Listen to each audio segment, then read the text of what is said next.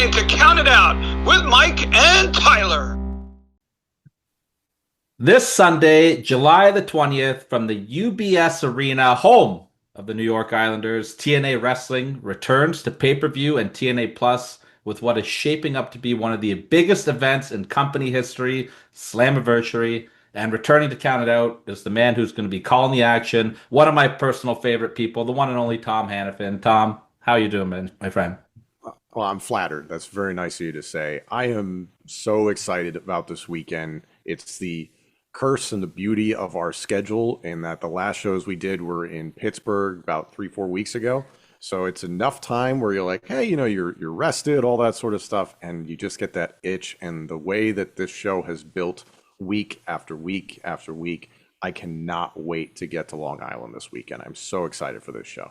So I know from a fan standpoint, there's a lot of buzz and energy. TNA Wrestling has taken over New York City. We've seen Subway Mania. We've seen many, many appearances. Ticket sales are flying through the roof.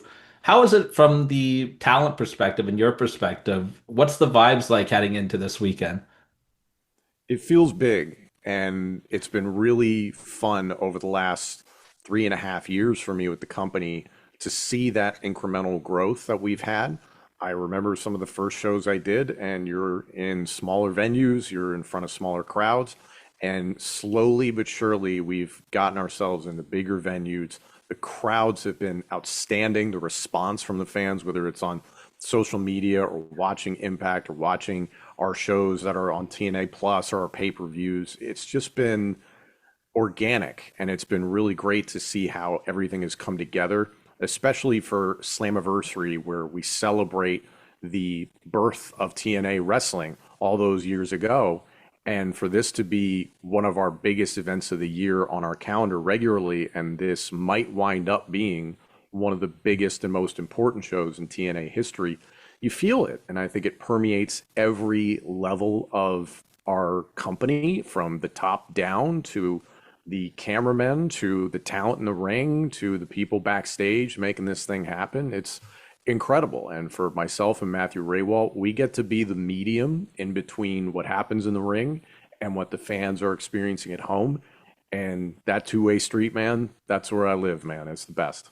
Now, I want to talk about the main event in a second here, but you mentioned a lot of the unsung heroes, the cameramen, the behind the scenes people. And something really cool that TNA started doing is the TNA All-Star. We see that at the end of the show. You guys have been posting that on social media. Can you talk a little bit about how that's been for morale backstage and just like your whole, I guess, idea of what this concept is? I think it's really cool. Yeah, it was a really great idea introduced by our new president, Carlos Silva, who has been a breath of fresh air. And it's been really interesting to see his perspective, because he is the first person to say that he's not been in professional wrestling. He's worked in combat sports and sports in general. But coming in, he's bringing his own perspective and he's learning. So for him to single out people who put out Herculean effort, it's so special to see the reaction that we had for Casey Navarro, the first All-Star. We all knew backstage what he had done that weekend and the performance he gave. So we were like, absolutely. The effort that Zachary Wentz put forward. What was really special to me was to see him single out a member of our talent relations team in Ingrid Myram, who does so much behind the scenes. And every pro wrestling company has that person, those people, those glue people, so to speak, that glue guy, glue girl, whatever you want to call it. And Ingrid is absolutely one of those people. And I was getting choked up watching her because she was crying a bunch, obviously. But we love Ingrid, and we're such a family at TNA. And no matter the changes that have happened over the last 3.5 years for me as a part of the company, to see that family feeling maintained and that teamwork, that team element be embraced by Carlos Silva and everybody here, I think that's what's been really special about it. And I'm just so grateful and so happy to see all these people get the recognition they deserve. Absolutely. I'm going to talk about Carlos with you again a little bit here, but I need to get to this main event. It is a massive match. We have a triple threat for the TNA Heavyweight Championship. Now, the last time you and I spoke, it was a couple of years ago, we had Mickie James entering the Royal Rumble representing TNA Wrestling. Now we have an NXT superstar, Trix Williams, holding the TNA Heavyweight Championship. Well, crazy, crazy world of wrestling we're living in right now. But How do you feel having an NXT superstar personally holding the TNA Heavyweight Championship? I've said it on Impact. I've said it publicly. I think Trick Williams cares about Trick Williams. I've been told to keep my mouth shut after I spat out on TV a while ago. You remember what I said. I think it's something that needs to be rectified at Slammiversary. I'll put it that way. I think TNA has two chances, considering it's a triple threat match in Joe Hendry and Mike Santana. Trick Williams does not have to be pinned or submitted to lose his championship. So I feel cautiously optimistic that at least mathematically, TNA Wrestling is a good chance to bring our world title home. What bothers me about the entire situation is that Trick Williams did not win the championship because he cares about this company or because he cares about the legacy of the championship. And I know he said a lot of things publicly that might run contradictory to that. I've sat next to the man and I've seen the deceit in his eyes. I think that Trick Williams cares about Trick, the whole Trick and A stuff, all of that. I think ultimately he was humiliated by Joe Hendry and Obafemi months ago on NXT, and he cares about the spotlight being on him, and the spotlight is absolutely on him. And he's done some incredible things as champion for both NXT and TNA. Hell, you have The Undertaker tweeting about the TNA World Championship. I don't know if anybody would have had that on their bingo card in 2025. So there's been a lot of good that I think people can point towards. But at the same time, as someone who is a part of the TNA wrestling family, I am disgusted by Trick Williams. And I sincerely hope that either Mike Santana or Joe Hendry brings the TNA World title home at Slammiversary. Now, you just had a very candid conversation with Joe Hendry. What are your vibes that you're getting from Joe coming into this show? Do you feel like he's putting extra pressure on himself? Do you feel like he feels like he's let TNA down by losing the championship? I had a conversation with him on Impact last week, and he did talk about redeeming himself a lot. And I think there's so much with Joe's story. I've been so impressed to see him evolve in the time that I've known him. He makes his Bound for Glory debut in 2022, and he comes in, and we're all trying to kind of get a feel for who Joe Hendry is. Some people had seen him, some people hadn't. He's extremely entertaining. He's extremely likable, affable, all those things. The people react to him.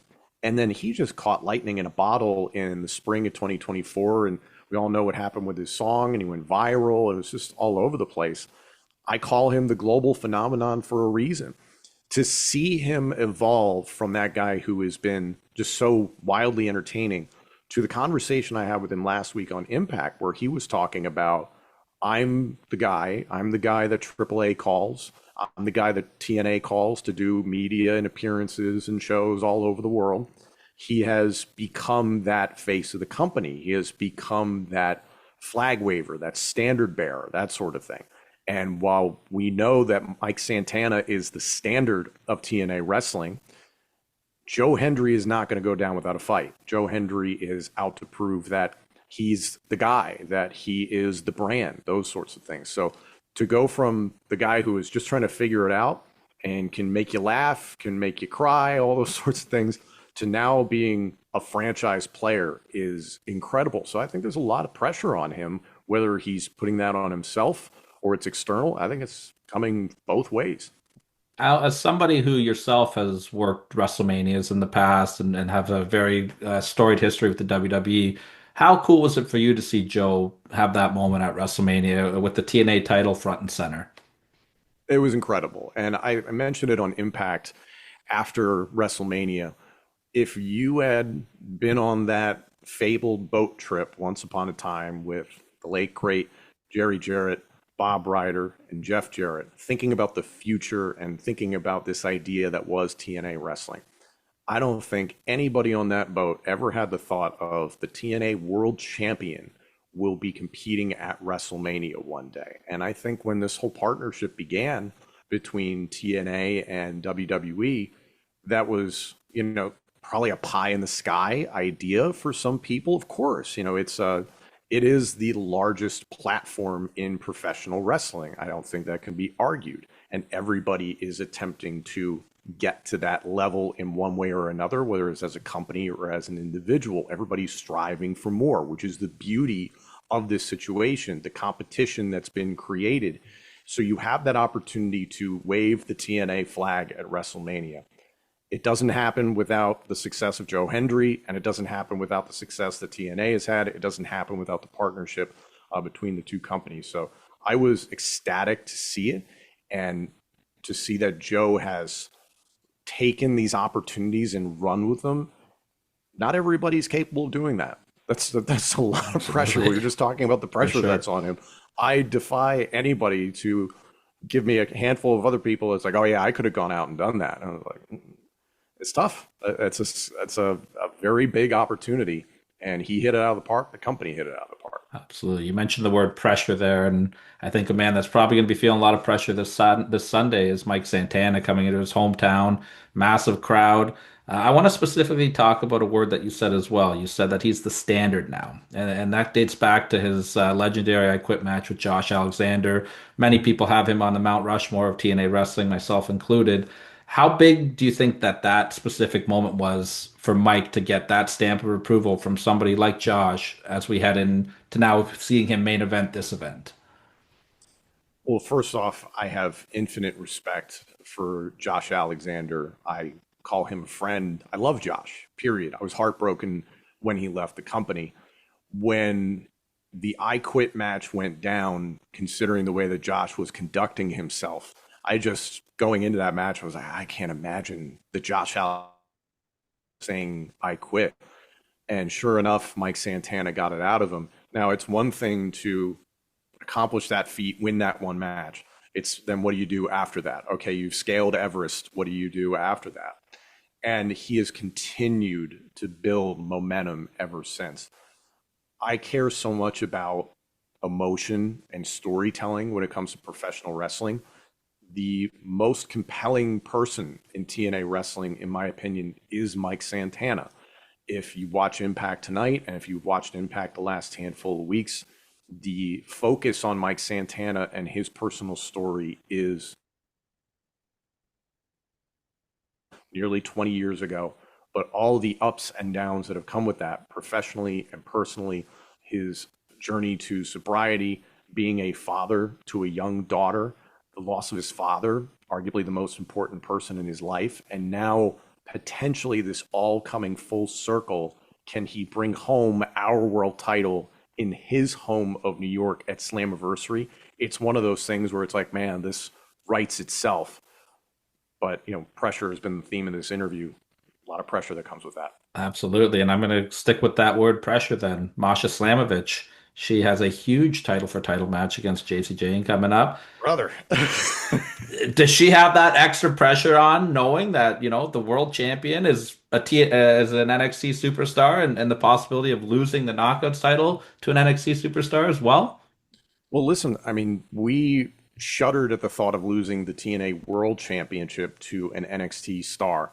There's the possibility of any sort of outcome at Slammiversary. You could see a situation where the TNA World Champion is NXT's Trick Williams. You could see a situation where the TNA Knockouts World Champion is JC Jane. Those are realistic possibilities. So the part of our brains where we're all saying like, nah, that can never happen, or I hope that never happens, you have to entertain that at this point in time. I've said it on the air. This is historic, and it gets said so often in professional wrestling that it often means nothing. This is huge. This is potentially the first double champion between two companies, TNA and WWE. One championship from either company, so it's not potentially. I'll rephrase it. We guarantee to see a double champion spanning both WWE and TNA.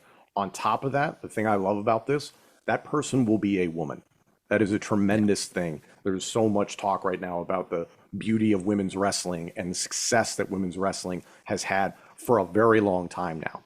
This opportunity being afforded to women's wrestlers is spectacular. I'm excited to see what happens. I am hoping selfishly Masha Slamovich wins, because the thought of JC Jane and Trick Williams walking out with our titles after Slammiversary makes my head spin. So we'll see what happens. Well, Masha has the capability to be kind of like the WWE killer, because if she can be successful this weekend, she's going to be going up against Natty, we've heard now, at Bloodsport as well, which I know that's another match that the fans have been clamoring for. And it's just so cool to see, a TNA superstar against a WWE superstar in a Bloodsport setting. Like, the landscape of professional wrestling is just so incredible right now. Yeah, the old adage, never say never, is so true. It's an unpredictable landscape no matter where you look in professional wrestling.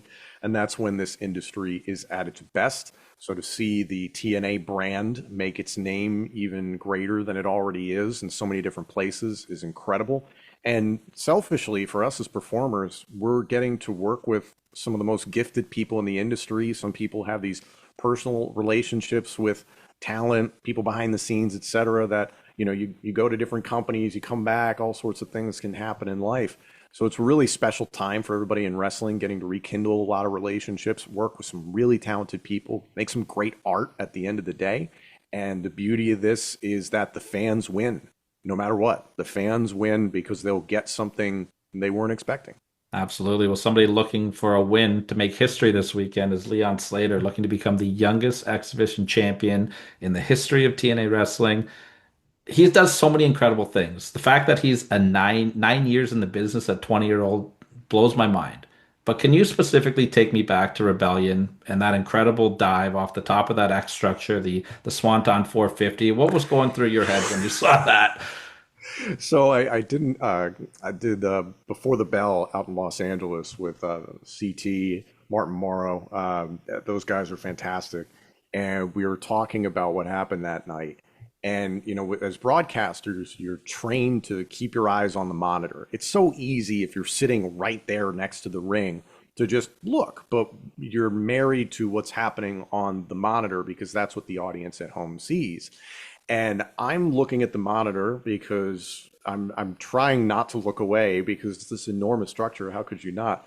And there's this great picture of Matthew Raywalt who's clean looking up at the top of the Ultimate X. And I'm not trying to say that as a slight against him, like he was doing anything wrong, because he's a former wrestler. He is a wrestler. So he's looking up like, oh my God, I can't believe this is going to happen. And I didn't know Leon was going to go up there and do that. Like everybody kind of teases going to do something on Ultimate X. For him to do not just anything off the top, but the Swanton 450, I was like, this kid's insane. I'm so impressed by Leon. He gets it at every level. And I think there's so many people that in wrestling, very rarely do you get put in a position that you're ready for. He's been ready to do something like this for a long time. Started training at 9 years old under his mother's supervision in the United Kingdom. There's a great piece on him that is on TNA social and digital platforms, YouTube, that I encourage people to check out. His dad left at a young age. It's him, it's his mom, it's his sister, and now his girlfriend. I understand his family is going to be in attendance at Slammiversary. This is special. This is more than just two guys, Moose and Leon Slater, chasing records in their individual capacities. Leon Slater has the chance to be the face of TNA. Maybe this weekend, I don't know, but in the future, I see no reason why that shouldn't happen. Absolutely. And his partnership with the Hardy Boys has been fantastic for him. Having them in that locker room has got to be such a huge boost. You've worked with the Hardy Boys for a long time. Do you have some personal favorite moments or memories of watching the Hardys over the years? Oh my God. I'm just, so I've told this before. I fell in love with professional wrestling because of the triangle ladder match at WrestleMania, which eventually became TLC. So the Hardys, Edge and Christian, the Dudleys, I've gotten to work with everybody in that match. So if you told, the little kid and me kind of discovering wrestling that you're going to get to work with all these people, you're going to get to have relationships with all these people, I just feel so fortunate in that respect. So once I actually did get to work with the Hardys, it was definitely starstruck, but they're just such good people. And I will say this. The Hell in a Cell match that Jeff and Randy did to this day turns my stomach. The gauge in Jeff's ear and Randy messing with it with a screwdriver. Like I have nightmares about that. So thank you to the Hardys. But also, Bound for Glory this past year, our biggest event of the year, was capped off by Full Metal Mayhem Reimagined, the Hardys winning the tag team titles. So just all these special moments that we've been able to add lyrics to their music. So I just feel very privileged in that respect. Absolutely. Well, our time is winding down here. It goes by so quick with you every time. So I've got one more question I want to put out there. Shoot. We didn't even get to talk about football today. Like, we have to have you come back on a separate time. We didn't even get into the good stuff either. But uh, Let's do it. TNA President Carlos Silva, he has announced that due to such high demand for this event, more tickets have been released. More tickets are going to be available for this event. But he was very specific in using a word phenomenal in his post. The fans have been asking for it. The man himself has said he'd love for it to happen. Do you think that we're living in a world where we could see the return of AJ Styles to TNA Wrestling? So all the points that I said before, we're living in a world in professional wrestling where anything can happen. Never say never. The unpredictable is completely possible. I have no inside information. I get to be a fan this weekend. More seats sounds great to me. It's going to be a huge event. Just wait and see. Well, I'd wish you guys luck this weekend, but I know you don't need it because TNA Wrestling has been hitting home runs for the last ever. You guys do. TNA does not miss live. Let that be the headline, please. TNA does not Absolutely. miss live. Absolutely. So I want to thank you for coming on. Make sure you guys are tuning in this Sunday, July the 20th, live from the UBS Arena. Slammiversary is going to be a can't miss event. Tom, thank you so much again for taking the time. It was great catching up with you. Thank you, Tyler. Appreciate it.